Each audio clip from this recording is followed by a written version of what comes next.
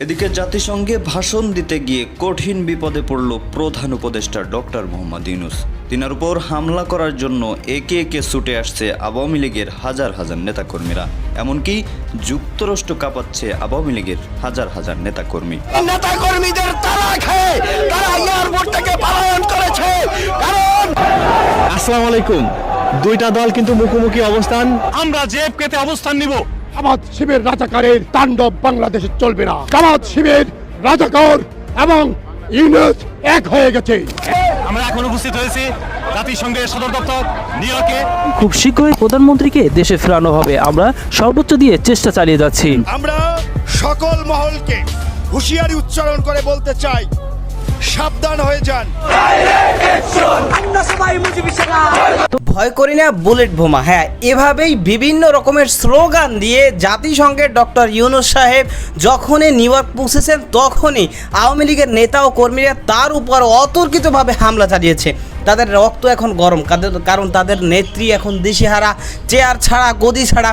এখন তারাও তো দিশেহারা, কী যে করবে তারা একেবারে পুরো দিশেহারা অবস্থায় এখন এসে ডক্টর ইউনূস সাহেবের উপরে তারা হামলা চালিয়ে দিয়েছে। এবং ডক্টর ইউনূস সাহেব যাতে করে নিউ ইয়র্কে জাতিসংঘে স্বাভাবিকভাবে পৌঁছতে না পারে, সেই কারণে মূলত তারা এই প্রতিবাদ মিছিল এবং বিক্ষোভ তারা করেছে। এবং সেখানে আওয়ামী লীগের নেতা কর্মী সমর্থক তাদের সকলকে নিয়ে একটা বিশৃঙ্খলামূলক পরিস্থিতি তারা সেখানে তৈরি করে ফেলছে। কি কারণ এটা তারা বোঝাতে চাচ্ছে যে আসলে সে অবৈধভাবে ক্ষমতায় আসছে, সে বৈধ প্রধানমন্ত্রী না, শেখ হাসিনা বৈধ প্রধানমন্ত্রী। শেখ হাসিনাকে আবারও ক্ষমতায় আনতে হবে এবং বাংলাদেশে তাকে নিয়ে আসতে হবে, এগুলো মূলত তারা মেসেজ দিতে যাচ্ছে। তো দর্শক, এই বিষয়ের কিছু অংশ ভিডিও শুরুতে শিরোনামে আপনারা দেখে এসেছেন, বিস্তারিত দেখবেন পুরো ভিডিও জুড়ে। এই বিষয়গুলো দেখার পূর্বে আপনাদের একটা অনুরোধ করব, যারা আমাদের চ্যানেলে নতুন আসছেন চ্যানেলটি সাবস্ক্রাইব করে অল ক্লিক করে বেল আইকনটি চালু করে দেবেন, তাহলে নিত্য নতুন পরিবেশন করা আলোচিত সংবাদগুলো অটোমেটিকভাবে আপনারা পেয়ে যাবেন। দর্শক, চলুন আমরা দেখব যে জাতিসংঘে সেখানে মূলত কি হয়েছে। ডক্টর ইউনূস সাহেব তিনি যে জাতিসংঘে সাধারণ অধিবেশনে অংশগ্রহণ করার জন্য সেখানে উপস্থিত হয়েছেন এবং সেইখানে তিনি যাওয়ার পরেই যে আওয়ামী লীগের পক্ষ থেকে তারা যে অতর্কিতভাবে হামলা করেছে এবং সর্বশেষ আপডেটটা কি, বিস্তারিত বিষয়গুলো আমরা একের পর এক দেখে আসি। ধৈর্য ধরে একটা লাইক দিয়ে ভিডিওটি দেখতে থাকুন। আপনারা শেখ হাসিনাকে আবার ফিরিয়ে আনেন, বাংলাদেশকে 100 বছরের পিছনে আপনারা নিয়ে গেছেন। ইনশাআল্লাহ জননেত্রী শেখ হাসিনা আবার আসবেন। আমরা 40% এখনো বিশ্বে আমরা আছি আওয়ামী লীগ মুক্তিযুদ্ধের পক্ষের শক্তি। এই অবৈধ ইউনূস সরকারের নেতৃত্বে বাংলাদেশে মানুষকে নির্বিচারে কিভাবে হত্যা করা হচ্ছে, খুন করা হচ্ছে। আওয়ামী লীগ, যুবলীগ, ছাত্রলীগকে যেভাবে নৃশংসভাবে হত্যা করছে তা অত্যন্ত নিন্দনীয়। আমরা 71-এর চেতনা ছিল, সেই 4টি মূল ভিত্তিতে আমরা বাংলাদেশ চাই। আওয়ামী লীগ ক্ষমতায় আসবে, জননেত্রী শেখ হাসিনার নেতৃত্বে বাংলাদেশে আবার ক্ষমতায় আসবে আওয়ামী লীগ।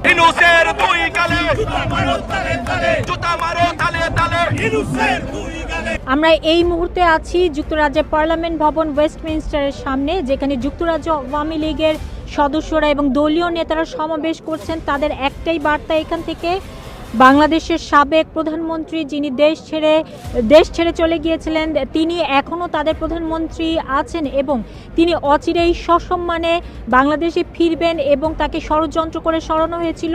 তারা দোষারোপ করছেন সেনাপ্রধান থেকে শুরু করে আরও জামাত, বিএনপি সবাই মিলে তাকে দেশ ছাড়তে বাধ্য করেন।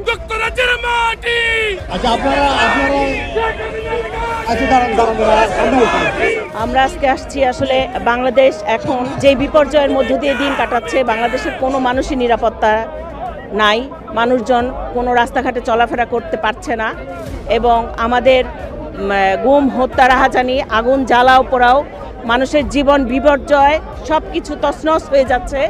এবং বাংলাদেশের মানচিত্র, আমাদের যে জাতীয় সঙ্গীত এবং আমাদের বাংলাদেশের পতাকা, এগুলো সব নষ্ট করার জন্য জামাত শিবির সবাই একত্র হয়েছে। আমরা তার প্রতিবাদ করার জন্য আমরা পার্লামেন্টের সামনে একত্রিত হয়েছি। এই যুক্তরাজ্যের মাটির থেকে যে আপনারা সবাই চোখ খুলুন, আপনারা আলোর দিকে আসেন, আপনারা শেখ হাসিনাকে আবার ফিরিয়ে আনেন, বাংলাদেশকে 100 বছরের পিছনে আপনারা নিয়ে গেছেন। আমরা এর প্রতিবাদে আজকে পার্লামেন্টের সামনে মহিলা আওয়ামী লীগ এবং যুক্তরাজ্য আওয়ামী লীগের পক্ষ থেকে একত্রিত হয়েছি।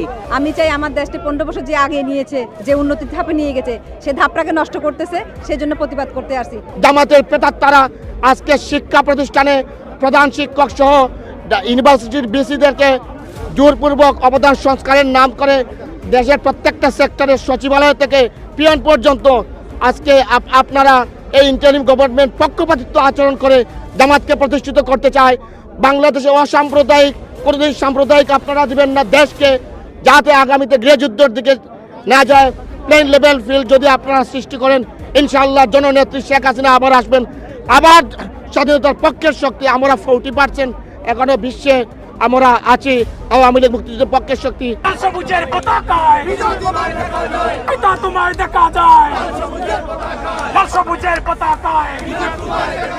আমরা বিশ্ব জনমতকে জানান দিতে এসেছি এই অবৈধ ইউনূস সরকারের নেতৃত্বে বাংলাদেশে যে গত 1 মাস ধরে যে কিছু হচ্ছে আপনারা দেখছেন, মানুষকে নির্বিচারে কিভাবে হত্যা করা হচ্ছে, খুন করা হচ্ছে, গুম করা হচ্ছে মানুষকে। আমি একটি কথা বলতে চাই, মুগ্ধ আপনি যাদেরকে পানি খাইয়েছিলেন তারা কিন্তু আজকে আমার পুঙ্গ ভাই মাসুদকে এক ফুটো পানি খেতে দেয় নাই। আজকে এখানে আমরা একটি প্রতিবাদ সভা করেছি। আপনারা জানেন বিগত 5 আগস্ট থেকে শুরু করে এখন পর্যন্ত প্রতিদিন বিনা বিচারে মানুষ হত্যা করা হচ্ছে বাংলাদেশে এবং কোনো বিচার পাচ্ছে না। আমরা সেই প্রতিবাদ করতে এখানে এসেছি। আমরা চাই বাংলাদেশের প্রতিটি হত্যা শুধু 5 তারিখ থেকে নয়, এর আগেই যারা অন্যায়ভাবে হত্যা করছে তারা প্রকৃত তদন্তের মাধ্যমে বিচার করা হোক। হত্যা করা হয়েছে, গতকালকে সিলেটে একজনকে হত্যা করা হয়েছে, হাত পা 4টি রক কেটে দেওয়া হয়েছে। এই কোন দেশে আমরা বসবাস করছি? আমরা এরকম বাংলাদেশ চাই না।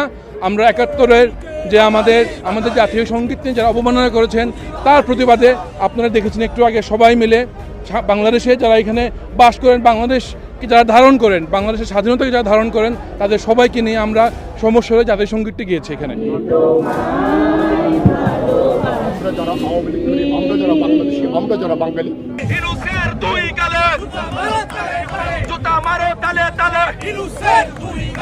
গণপ্রজাতন্ত্রী বাংলাদেশ সরকারের মাননীয় প্রধানমন্ত্রীকে কিছুদিন আগে ক্ষমতাচ্যুত করেছেন। আর বর্তমানে বাংলাদেশের যে পরিস্থিতি, যে রাহাজানি হত্যা অনেক কিছু, তার বিরুদ্ধে প্রতিবাদ করার জন্য আমরা এখানে উপস্থিত হয়েছি।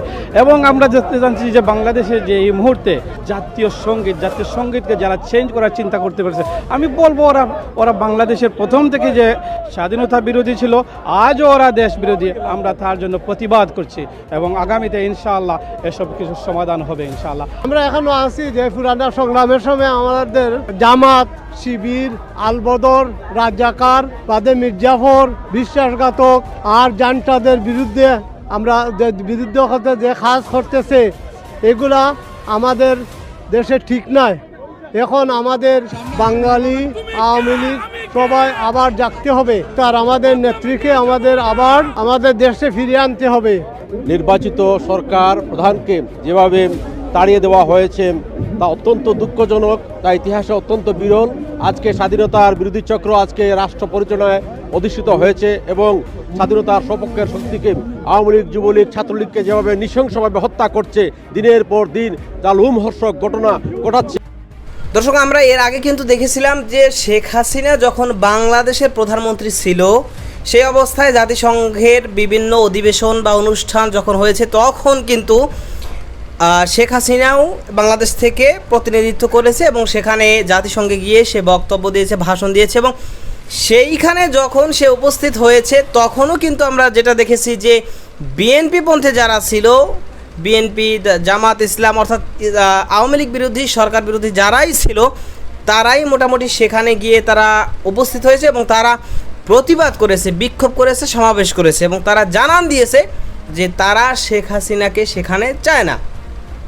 তারা শেখ হাসিনাকে বাংলাদেশের প্রতিনিধি হিসেবে জাতিসংঘে চায় না, বাংলাদেশি প্রবাসী যারা রয়েছে তারা।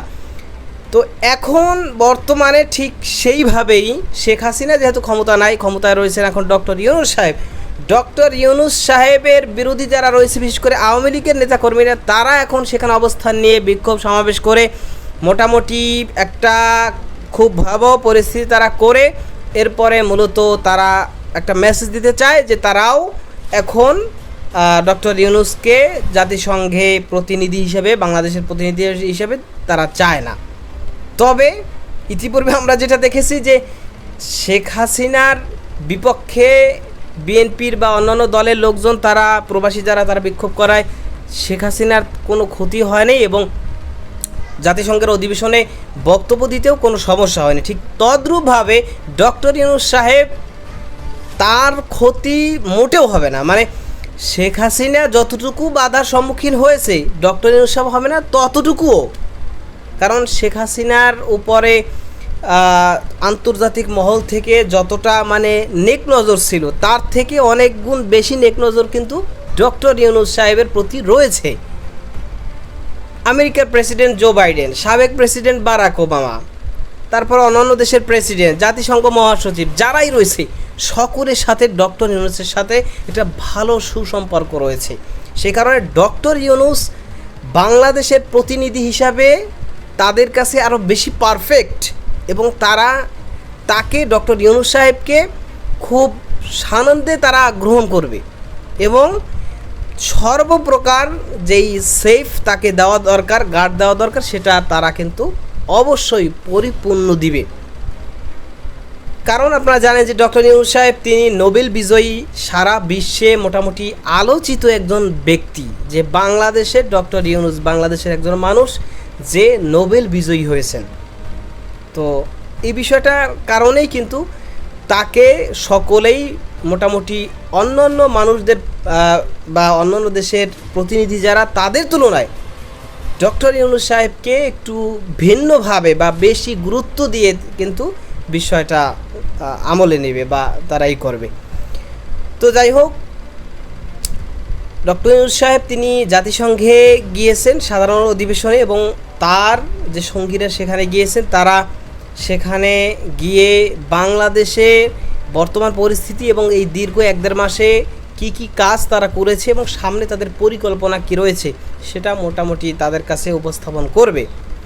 তো সেটার অপেক্ষায় কিন্তু গোটা বাংলাদেশের মানুষ রয়েছে যে আসলে সেখানে সে কি বলে এবং গোটা বিশ্বের থেকে এর প্রতি কীরকম সাড়া পাওয়া যায়, এরকম কিছু বিষয়ের জন্যই কিন্তু বাংলাদেশের জনগণ অপেক্ষা করতেছে। তো দেখা যাক তিনি জাতিসংঘে ভাষণ দিবেন এবং ভাষণ দিলে কি কি তিনি বলেন তখনই সময়ে আমাদেরকে জানিয়ে দেবে। তো ভালো থাকবেন, সুস্থ থাকবেন, দেখা হবে নতুন কোনো ভিডিওতে, কথা হবে নতুন কোনো বিষয়। আজকে পর্যন্তই, আসসালামু আলাইকুম রহমতুল্লাহ।